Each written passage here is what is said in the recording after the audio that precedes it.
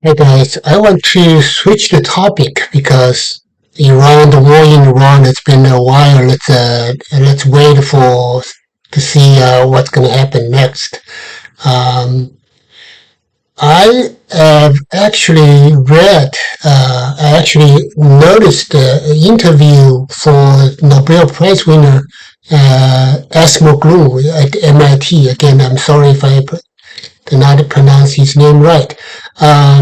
You're talking about the AI, so I think it's a good switch um, to talk about the future of AI. I downloaded the transcript and then I put it aside and then I read it yesterday and then I have some ideas. I have several ideas.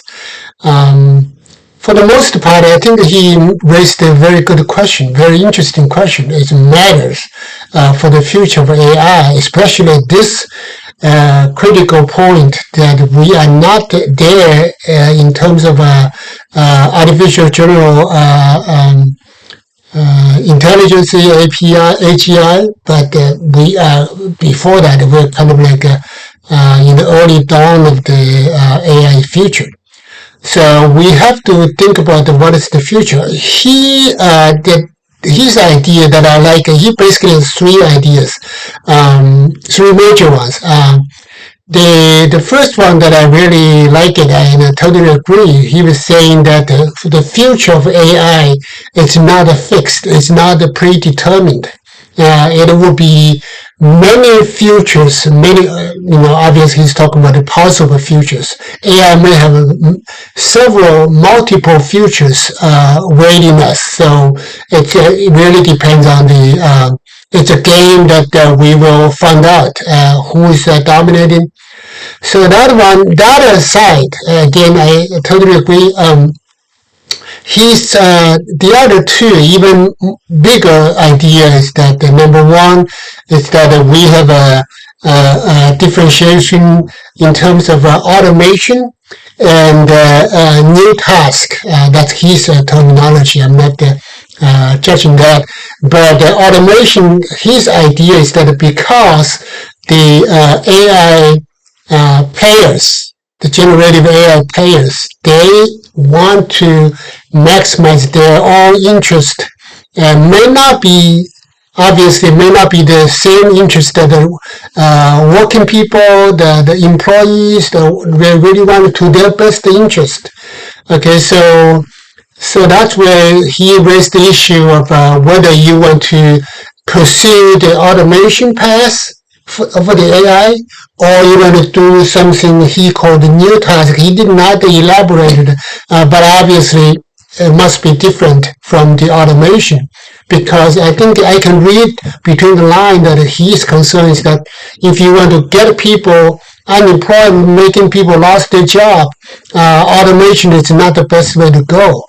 Then the other ideas related is that he's arguing that we may have a tendency of centralized information processing, and what really productive will be decentralized. So decentralization is basically he's arguing, and that alone is not wrong. It's just a preference. But I do want to have some counter argument against that. Just because some generative AI, big players, they want to maximize their own interest, does not mean that the other people may benefit. So I guess the best example is actually from history. Acemoglu has been doing so many studies, so much studies in the UK, and talking about the Magna Carta, talk about the glorious revolutions, talk about the Bill of Rights. The UK,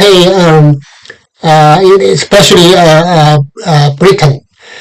So it should not surprise us, if you really understand the history of the UK, and then you can see that the idea of a Magna Carta, the idea of a glorious revolution, it's actually started not from ordinary people, not from the peasantry, but more from the elite. So you can say that the glorious revolution, the Bill of Rights, the Magna Carta is actually by the wealth, by the rich, and for the rich.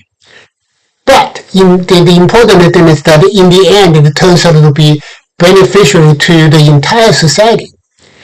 On the other hand, if you look at China, China several thousand years never was able to break the dividing the power from the emperors. The emperors always get the absolute power, and there's no fight among the elite. Because other elite basically just treat the emperor as the god, and then they have to, they have to bow, they have to, touch their head on the ground and those kind of things.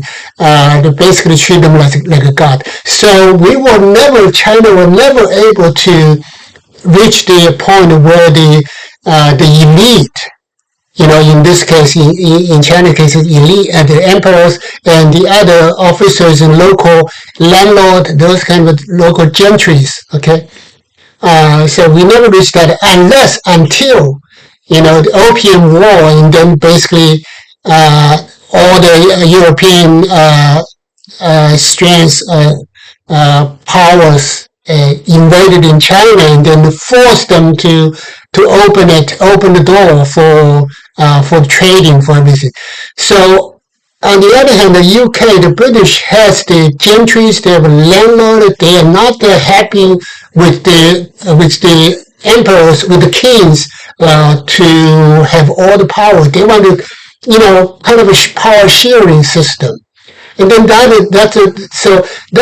the point I'm making is that, just because we have bigger players that are looking mostly for their own interest, that's not to mean that we're not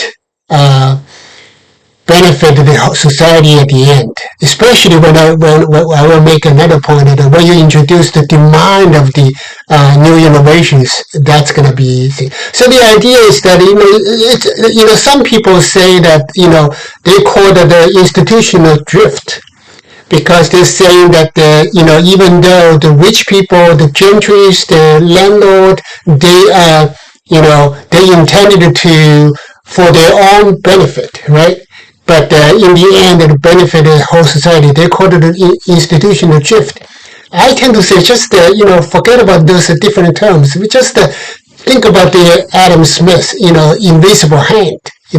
When everybody in this market is trying to work for their own benefit, for their own interest, and as all in the market, it turns out to be beneficial for others. So that's let me stop here because that's the first point that I want to make. Okay.